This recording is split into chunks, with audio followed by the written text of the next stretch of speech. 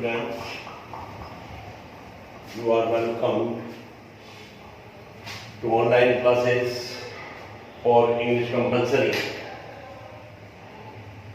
from RCA Senior Secondary School, Madhurpur City.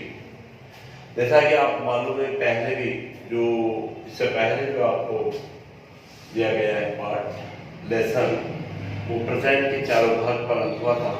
आज हम देख रहे हैं पास्ट टेंस। पास्ट टेंस का पहला भाग है सिंपल पास्ट या पास्ट इंडेफिनिट भी कह सकते हैं। इसकी जब जब वाक्य रचना देखेंगे या हम लिखी हुई देखेंगे या खुद वाक्य रचना करेंगे तो पहचान, जब हम हिंदी वाक्य बोलेंगे या कहीं हिंदी वाक्य लिखा हुआ देखेंगे तो उसमें हिंदी वाक्य के अंत में ता था ती थी ते थे आदि की ध्वनि होती है या आ ए व ई की मात्रा पर वाक्य का अंत होता है। जैसे एक स्वप्न देखा, देखा आ की मात्रा पर वाक्य का अंत है, तो इसको सिंपल पास्ट टेंस है। इंग्लिश जब भी किसी अंग्रेजी वाक्य में 10th क्लास ध्यान दे ज्यादा, ये इंग्लिश एल्फाबेट्स 10th क्लास के ऊपर ही डिपेंड है।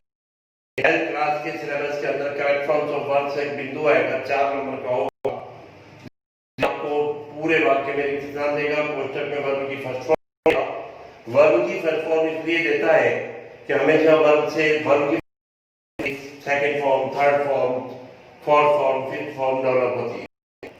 तो अगर हमारे किसी भी पेपर व्याकरण के तहत कोई प्रश्न ऐसा है जिसके साथ last, date, ago, then, when, as, thence, yesterday, the previous आदि या देयर या दोज या थिथर आदि शब्द जुड़े होते हैं, वो वाक्य पास्ट टेंस में है। और उस वाक्य की रचना हमें क्या करनी है कि जब भी हम वाक्य रचना करें, साधारण वाक्य बनाएंगे तो सबसे पहले सब्जेक्ट रखेंगे। जैसा मैं आपको पहले परिचय करा चुका हूं कि सब्जेक्ट जो होता है वो हमेशा क्रिया का करने वाला होता है।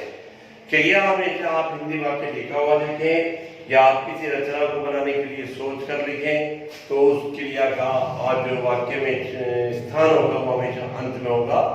उससे सब्जेक्ट पकड़ में आएगा आपके पास। और डायरेक्ट साधारण वाक्य में मेन वर्ब की सेकंड फॉर्म रखनी है। उसके बाद हमें ऑब्जेक्ट लिखना है और एक्स्ट्रा वर्ड जब आपके सेंटेंस में अगर आते हैं तो वो लिखना है।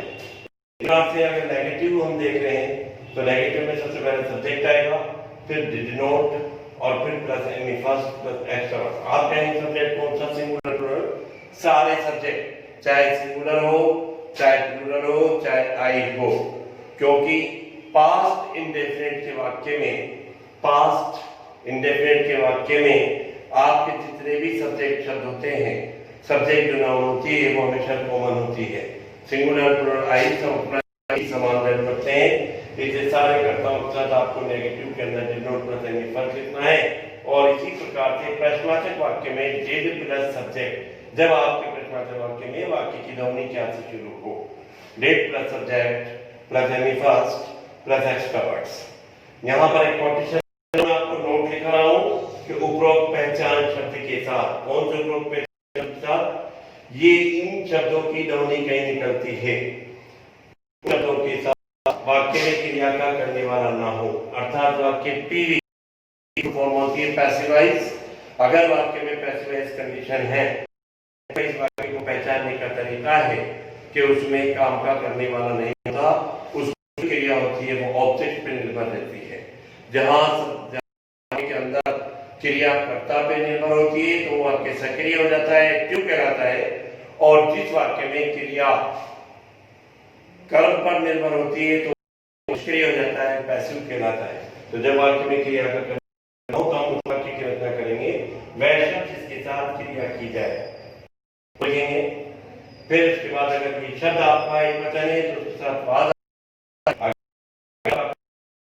जाएगा और डायरेक्ट एम है और उसके बाद आना है, उसके बाद एक्स्ट्रा वर्ड्स आने हैं। इस तरह आपको वाक्य रचना करनी है। ये पूरा फॉर्मेट था simple, negative, interrogative, active voice में था, और ये वाला जो फॉर्मेट है वो पैसिव वाइज में है। ये इस तरह से पास्ट डेफिनेट है। सीनियर क्लास ध्यान दें, पूरी आपकी राइटिंग ग्राफ आपके पेपर का सेक्शन बी, इसमें क्वेश्चन नंबर 13 रिपोर्ट राइटिंग का दो प्रकार की होती है। रिपोर्ट राइटिंग, फैक्चुअल रिपोर्ट या रिपोर्ट राइटिंग किसी भी प्रकार की हो, कम से कम जो रिपोर्ट राइटिंग है वो हमेशा में बनती है। फ्री आई ऑपरेशन कैंप का उदाहरण कि चिकित्सकों ने 40 रोगियों को भर्ती किया। सबसे पहले हम देखें AEE की मात्र प्रवाक्य का अंत हो रहा है। हमारे पास उदाहरण के तौर पे कर्ता कौन है? चिकित्सक, तो द डॉक्टर्स। चिकित्सकों ने भर्ती किया, क्या भर्ती किया? 40 रोगियों को, 40 पेशेंट्स। क्यों भर्ती कर रहे हैं? For operation. और कब कर रहे हैं? गत सप्ताह था, 8 लास्ट वीक। इस तरह से आपकी वाक्य रचना है। और अगर आपका यही वाक्य होता, जैसे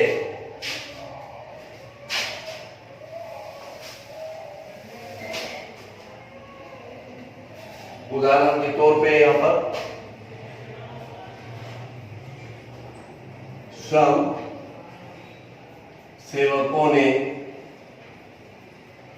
सेवकों ने रोगियों की देखभाल की,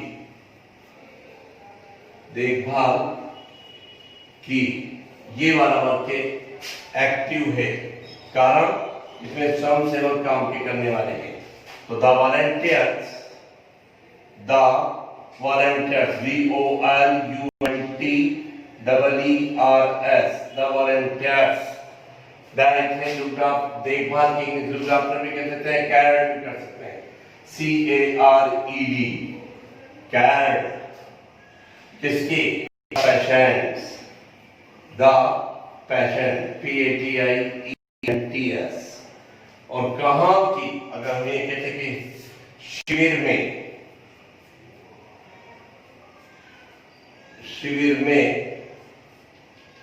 तो इसका मतलब in the camp, in the camp. ये इस तरह से आपकी वाक्य रचना है, इन द कैंप। ये बहुत ही कॉमन सेंटेंस है। और आपके कैंप में आप रिपोर्ट बनाए, तो फ्री आई ऑपरेशन कैंप पे जब आप रिपोर्ट बना रहे हैं, तो उस रिपोर्ट के अंदर ये सेंटेंस नेचुरली आपको सोचना है, या नहीं सोचेंगे तब भी आपके दिमाग में बनेगा। तो इस तरह से इसकी वाक्य रचना करेंगे। अगर यही सेंटेंस इस तरह से होता कि पीवी कंडीशन में होता कि शिविर में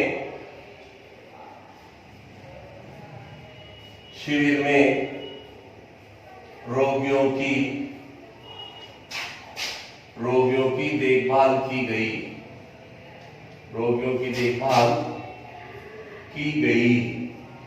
ये है आपका सेंटेंस कि शिविर में रोगियों की देखभाल की गई। अब इसमें देखभाल करने वाला कोई भी नहीं है। देखभाल की जाएगी किसके साथ होगी? क्रिया रोगियों के साथ। तो द पेशेंट्स, PATIENTS, were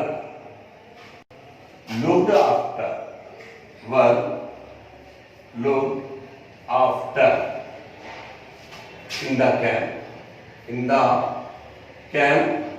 ये इस तरह से आपकी रचना है। आप देख रहे हैं कि काम करने वाला कोई भी नहीं था। देखभाल की गई, ये वाला जो वर्ब है वो वर्ब किस पे डिपेंड है? रोगियों पर। तो रोगियों से सेंटेंस शुरू होगा, जैसा आपको बताया गया पेशेंट जिसके साथ क्रिया की जाए, क्रिया किसके साथ की जा रही है? रोगियों के साथ। तो the patients were looked after. अभी ये एक ही रोगी होता तो यहाँ पर वर की जगह क्या आवाज आ जाता? तो the patients were looked after in the camp. और ये आपका वाक्य रचना है। अगर हम इसी को नेगेटिव बनाते, एक्टिव है इसको, तो the volunteers did not care. और इसी वाक्य को अगर हम इंट्रोगेटिव बनाते तो did the volunteers care the patients in the camp. इस तरह से आपके वाक्य रचना थी। इसी प्रकार से अगला जो टाइम चलेगा पास्ट कंटिन्यूअस।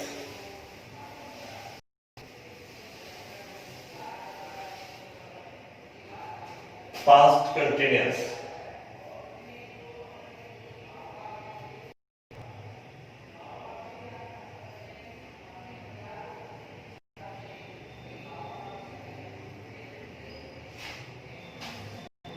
पहचाने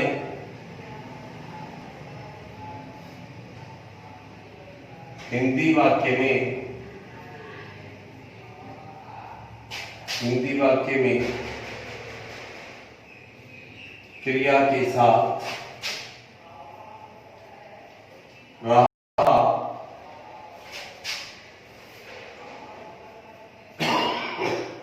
रहा था, रही थी, रहे थे आदि। या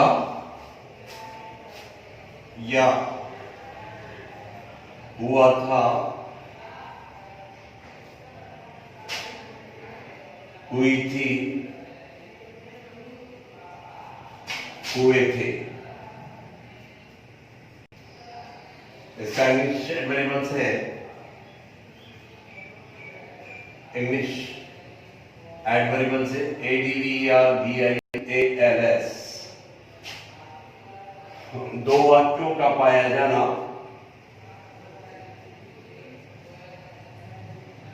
दो वाक्यों का पाया जाना, दोनों को जोड़ने के लिए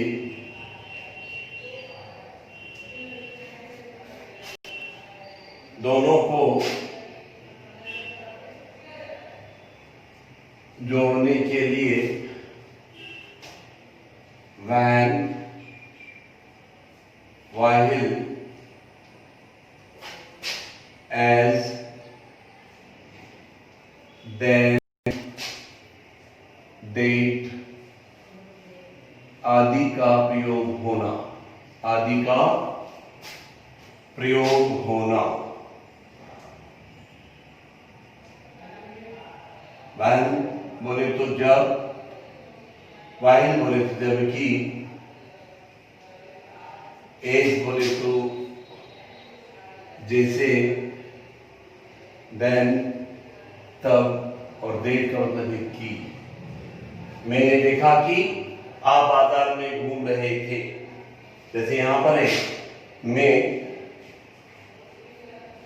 पढ़ा रहा था,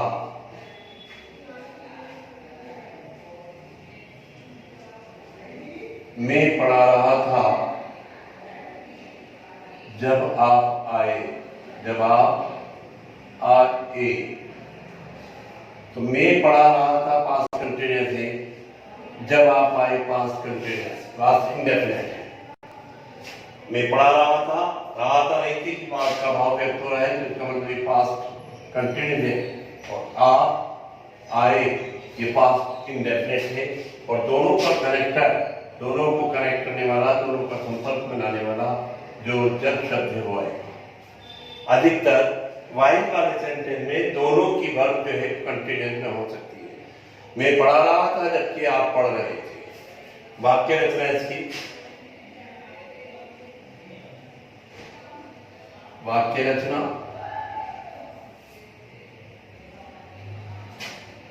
सिंपल, सिंगुलर,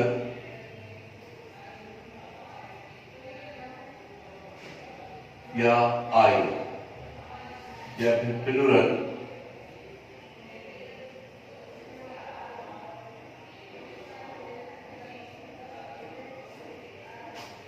सिंगुलर या आई के साथ वॉज और प्लूरल के साथ है वर,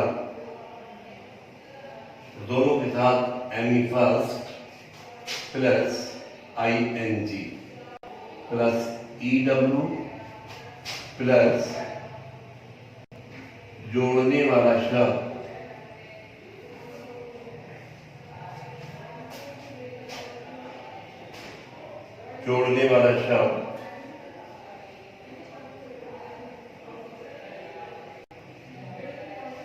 प्लस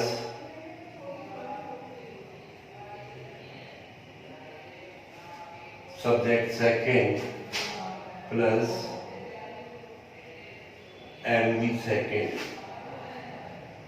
जब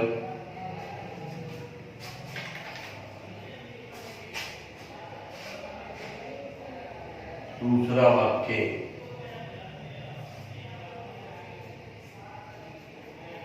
साधारण हो,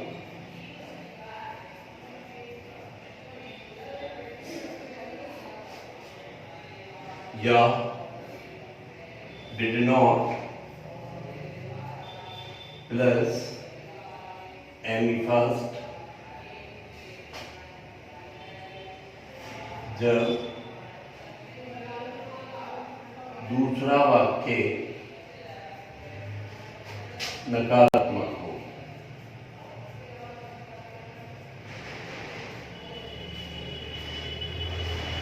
जैसे कहता है कि यहां पर जैसे आपने हमें पढ़ा रहा था, I was teaching, I was teaching, मैं पढ़ा रहा था। जब आप आए when you can, when you can, जब आप आए। I was teaching, I was teaching when you came। इस तरह से आपकी वाक्य रचना है। अगर इसको हमें नेगेटिव बनाना है तो नेगेटिव में हमें सिंपल रचना थी आपकी। नेगेटिव है सब्जेक्ट प्लस वाज नॉट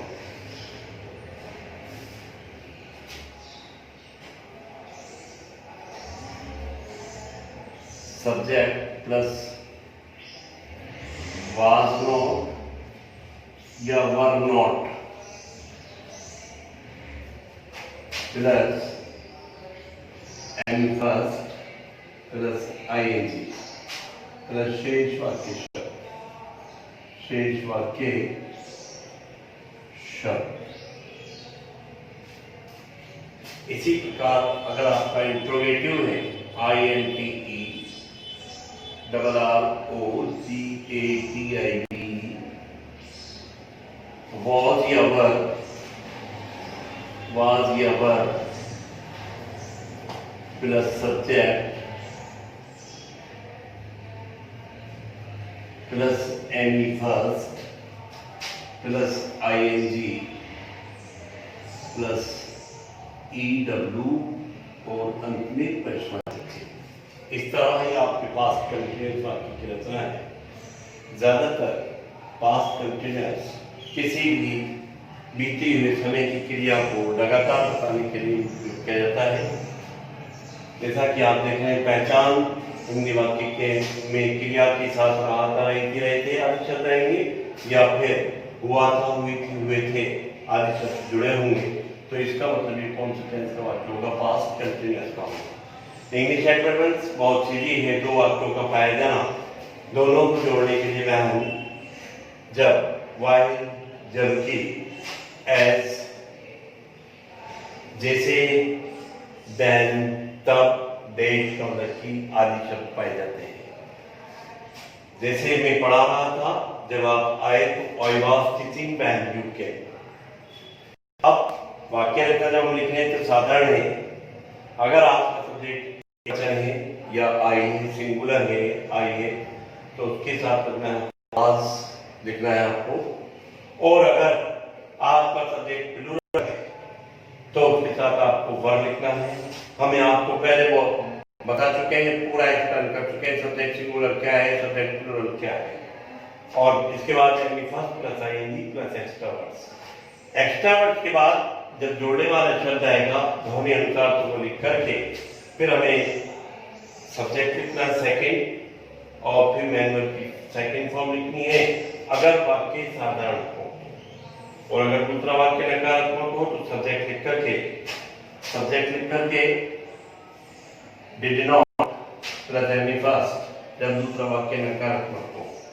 इसी प्रकार अगर आपका नेगेटिव सेंटेंस आपको बनाना है, नेगेटिव सेंटेंस की रचना ये है, सब्जेक्ट प्लस बाद के वर्णों प्राइमरी फर्स्ट बताएंगी, शेष वाक्य चलताएंगे, कोई असर नहीं पड़ेगा शेष के वाक्य में। और इसी प्रकार से अगर आपको इंट्रोगेटिव बनाना प्रश्नवाचक, क्या की आवाज है तो वाज या verb plus subject plus Henry first plus आइन फॉर्म प्लस एक्स्ट्रा वर्ड, इस तरह से आपकी वाक्य रचना है। आगे चलते हैं, अगला टेंस है आपका पास्ट परफेक्ट।